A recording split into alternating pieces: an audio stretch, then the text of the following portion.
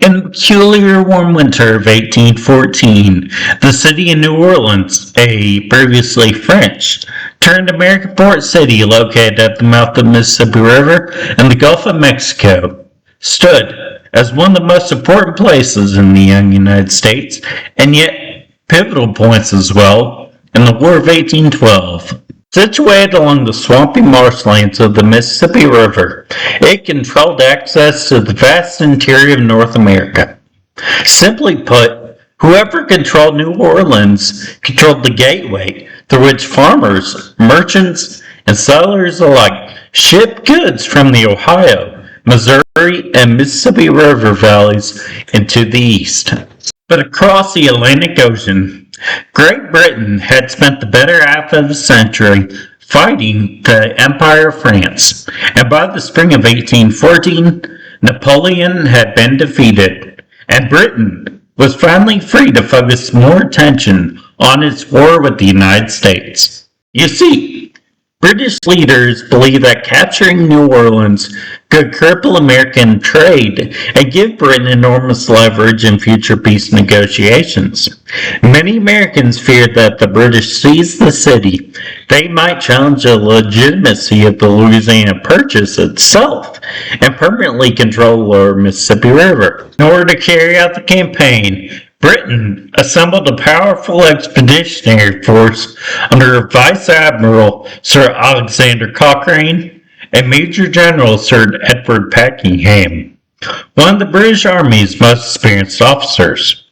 Their objective was simple: take New Orleans no matter the cost. The man that Congress and President Madison charged with the enormous task of defending the city and potentially the infant nation's final fight was Major General Andrew Jackson. You see, Jackson, a former representative from Tennessee, a frontier lawyer and lawman who regularly dealt with the rough and tough lowlifes, had recently gained fame fighting the Creek Nation in the South. Tall, thin, fierce and stubborn, he possessed a reputation for relentless determination. Yet, when he arrived in New Orleans in December 1814, he faced a rather daunting problem. You see, he did not have enough soldiers. Instead of relying on a single professional army, Jackson assembled one of the most diverse military forces ever gathered under an American commander. While regular soldiers from the United States Army formed the backbone of its defense, veterans from the 2nd, the 7th, and the 44th Infantry Regiments stood ready to fight. They were joined by rugged frontiersmen from Tennessee and Kentucky, most of whom had grown up hunting in the wilderness and were skilled marksmen. Louisiana militia units answered the call as well. Creoles, merchants, laborers, and businessmen from New Orleans took up arms to defend their homes. Even two battalions of free men of color volunteered for service. Many were experienced soldiers and sons of families who had lived in Louisiana for generations. Others were refugees from the recent revolutions of Haiti. Choctaw warriors joined Jackson's force, providing scouting expertise and valuable knowledge of the swamps and forests surrounding the city. Then there were the Baratarians. Yes, you heard me correctly. Jackson had an entire navy of pirates, led by the notorious pirate and privateer Jean Lafitte. These smugglers operated along the Gulf Coast.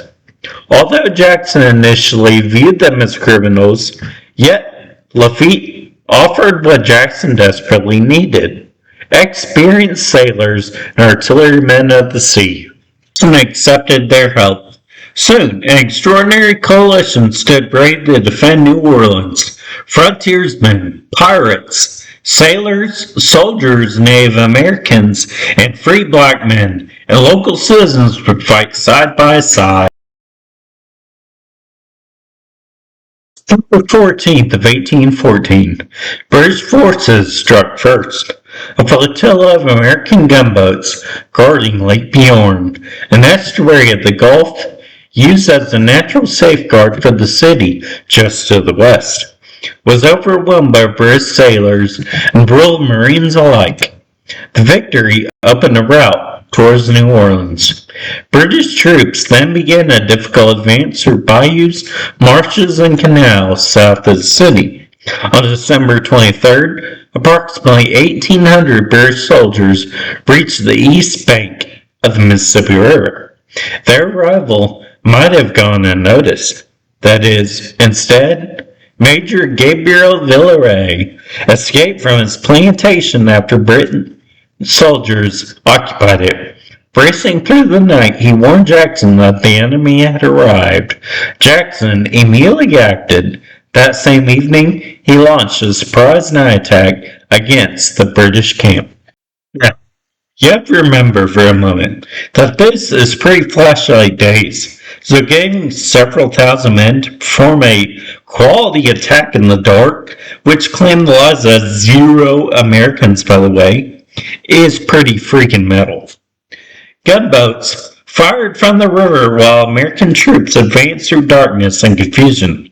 The battle was fierce and chaotic. Neither side won a decisive victory, but Jackson achieved something important. You see, he bought time. Time to build defenses. Time to prepare for the storm that was coming.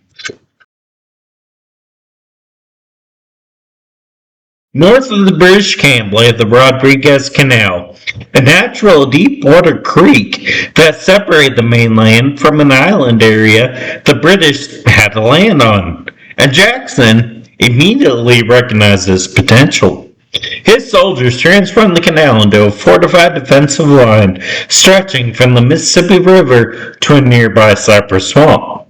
As the famed song by Johnny Horton says, cotton bales were stacked high, earthworks were built all around, and even alligators were placed within the canal. Earthworks rose higher each day. Cannons were dragged into position. Timber breastworks strengthened the defenses. Heavy naval guns from American warships reinforced the line. The men worked constantly. Regular soldiers dug alongside frontiersmen, while free men of color hauled earth and ammunition. Pirates and sailors mounted artillery pieces. Every day brought reports of British reinforcements arriving. Every day brought warnings that a major attack was soon approaching. And on Christmas Day, General Edward Pakenham arrived to assume command of the British Army. Pakenham was determined to break through Jackson's defenses. British artillery crews secretly constructed batteries hidden behind levees and concealed by corn stalks. On December 27th, they unveiled their surprise. Using heated cannonballs known as hot shot, British gunners targeted the American warship USS Carolina. One glowing projectile struck its mark. Moments later, the vessel erupted in a tremendous explosion. Flames shot skyward, debris rained into the river, and the Carolina was destroyed. Yet, the Americans still possessed the USS Louisiana, whose guns continued to support Jackson's defenses. The struggle intensified. On January 1st of 1815, the battlefield erupted in one of the largest artillery duels of the war. British guns thundered against Line Jackson, while American batteries answered. For 3 hours, cannon fire shook the earth. Jackson's headquarters was struck and destroyed. Several American guns were also damaged, but the British suffered far more. You see, gun carriages were shattered, while artillery pieces were disabled and ammunition supplies had dwindled. And by afternoon, Pakenham called off the bombardment. The American defenses had remained intact. The final assault would have to come not from naval power or marine power necessarily, but from the infantry. And before dawn on January 18th of 1815, British soldiers assembled in the darkness. Nearly 8,000 men prepared to advance. The plan depended upon precise timing, you see. A force under Colonel William Thornton would cross the Mississippi River and capture American batteries on the opposite bank. Meanwhile, thousands of infantry would attack Line Jackson directly. But problems emerged immediately. You see, the canal used to move boats had collapsed, and the crossing force was delayed. Confusion quickly spread throughout the British ranks, and even worse, the 44th Regiment failed to bring forward crucial ladders and fascines needed to cross the canal and storm the American defenses. As daylight approached, the British Army moved forward anyway. Then, the fog lifted. American gunners could now see everything, and the British advance entered a nightmare.